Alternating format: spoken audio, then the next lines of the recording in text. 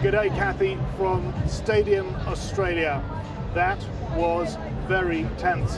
That poor squad of Pommy women came so close to doing something that their male compatriots had failed to do in 57 years, bring football home. You can feel the pain of the Lionesses, but you also get a sense of which side most Aussies were supporting here tonight. They're still stinging from the Matildas' defeat at the hands of the Lionesses up in Brisbane last week. There's a distinct sense of schadenfreude has descended on the host nation here tonight. But you know, there's been this tremendous display of really top-class football on display here in Australia this past couple of weeks, 4 weeks, and it has delighted audiences around the world, not least here in Australia. You know, that game between the Matildas and the Lionesses, it drew 11 million viewers in Australia alone.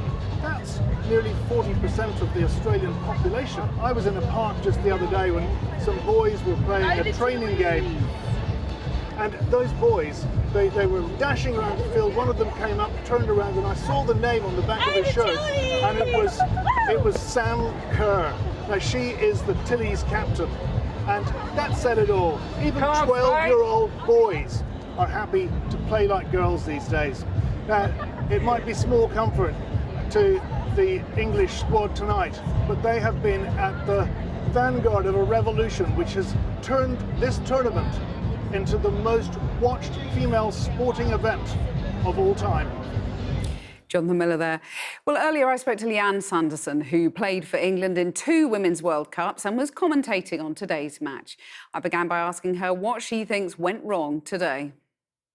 I think ultimately, as much as it pains me to say it, we lost to the better team. I think Spain, from minute one, were first and second to every single ball. They were just better than us, and they do have some of the best players in the world. I think, you know, I said we could definitely win this game, but it wasn't going to be easy. I think when we conceded, we don't really concede in open play. We've only done it once this tournament so far. I still felt like we were going to come back and win this game. So, you know, fair play to Spain, credit where it's due. They deserve to win today.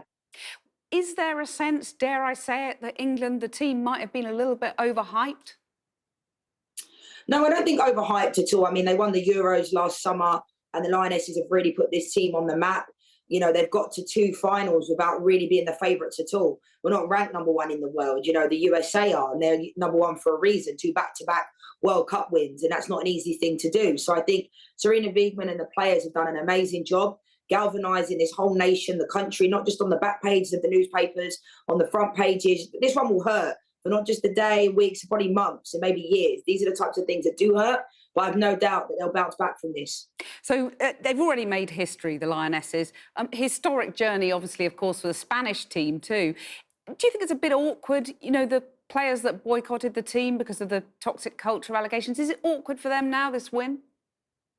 No, I think it's one of those ones. 12 of their players obviously boycotted. 3 of the players that also signed that letter to the Federation played in the game today and started. So there's going to be an element of maybe when they go back to their club teams in Barcelona and those types of things, and those players are there, I'm sure that would be quite awkward. But it's interesting because those things obviously were brought into place from Jorge Vilda and the problems that he had with the team. And now they've won the World Cup, so it's going to be interesting. We've been talking about history. I just wondered if we could just stand back, look at the game as a whole. The first official Women's World Cup wasn't until 1991. How far has the game come since then?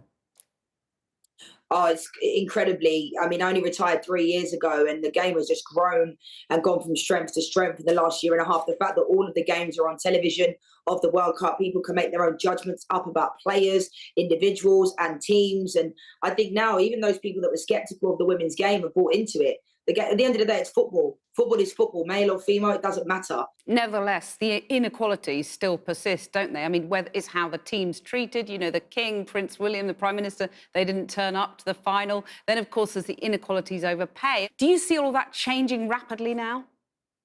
Yeah, I think it has, and it doesn't surprise me. I mean, I think being a former player myself, we're used to all the inequalities. I do think some people should have attended the game, absolutely. And I think if it was the men's team, they would have been there.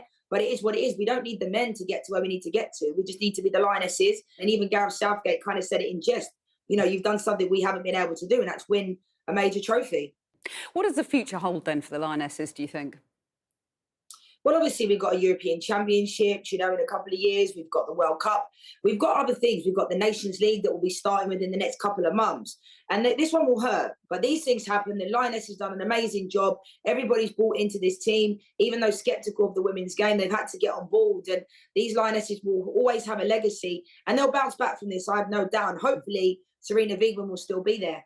You think she will? I hope so. I think the USA are going to come knocking for sure. They just let go of Vlatko Andonovski. So I think everyone will want her. Why wouldn't they? Yes, she lost 2 back-to-back World Cups, but she's got there with teams that had no right in being there. I think that's important to remember. So I'm a big fan of hers. I think she's fantastic. And I do think when you're a top coach and top manager, other people will want you. Leanne Sanderson, thank you very much for joining us. Thank you.